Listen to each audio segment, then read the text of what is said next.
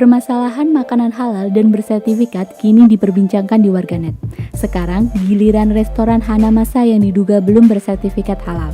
Ini berawal dari postingan warganet yang berbagi pengalaman saat makan di restoran Hanamasa pada tanggal 30 Desember 2001. Dengan menuliskan Hanamasa menggunakan sake, minuman beralkohol khas Jepang, untuk membuat makanan yang disajikannya. Tulis juga bahwa Hanamasa belum memiliki sertifikat halal dari Majelis Ulama Indonesia atau MUI. Cuitan itu langsung menuai pro dan kontra.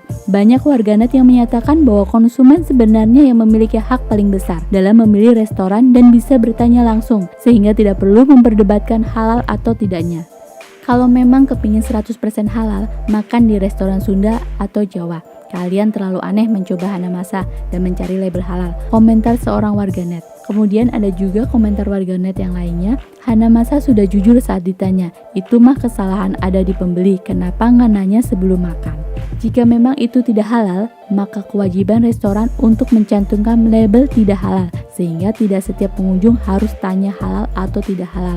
Hal ini sudah diatur dalam Undang-Undang Nomor 33 Tahun 2014 tentang Jaminan Produk Halal.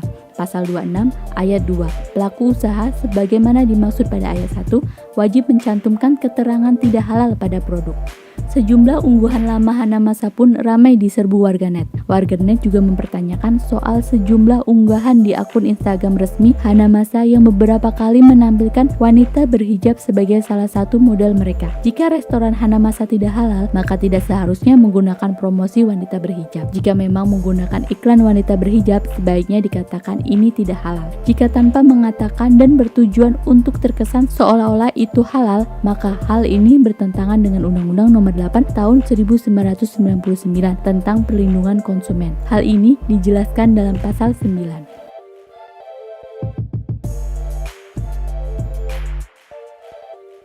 Sementara politisi Partai Gelora, Hasmi Bachtiar, menanggapi persoalan tersebut dari tinjauan agama Islam. Banyak yang langsung ketar-ketir melihat kata sake, padahal sake untuk masak dengan sake untuk diminum berbeda. Juga kondisi sake ketika diminum dengan setelah dimasak berbeda. Perbedaan itu juga berdampak pada perbedaan hukum. Dari tadi belum ada yang menjelaskan ini. Kita ketahui bahwa sake adalah sebuah minuman beralkohol dari Jepang yang berasal dari hasil fermentasi beras. Sering juga disebut dengan istilah anggur beras. Lantas jenis sake apa sih yang diberikan pada makanan di restoran Hanamasa? Apa termasuk jenis yang haram dikonsumsi atau halal? Karena kita ketahui bahwa istilah halal pada makanan ada yang asalnya sudah haram, seperti darah, babi, bangkai, itu kalau kita olah dalam jenis apapun sudah pasti haram. Dan makanan yang awalnya tidak haram seperti tape, anggur yang kemudian menjadi haram setelah diolah menjadi minuman yang memabukkan.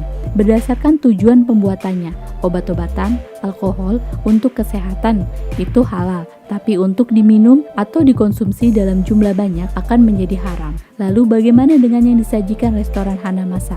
Halal atau haram? Hal itu perlu diselidiki secara lebih jelas supaya tidak merugikan kedua belah pihak. Hanamasa sendiri merupakan restoran Jepang dengan konsep all you can eat yang menyajikan menu yang varian mulai dari hidangan membuka hingga penutup. Adapun menu yang disajikan seperti yakiniku, sabu-sabu, dan lainnya.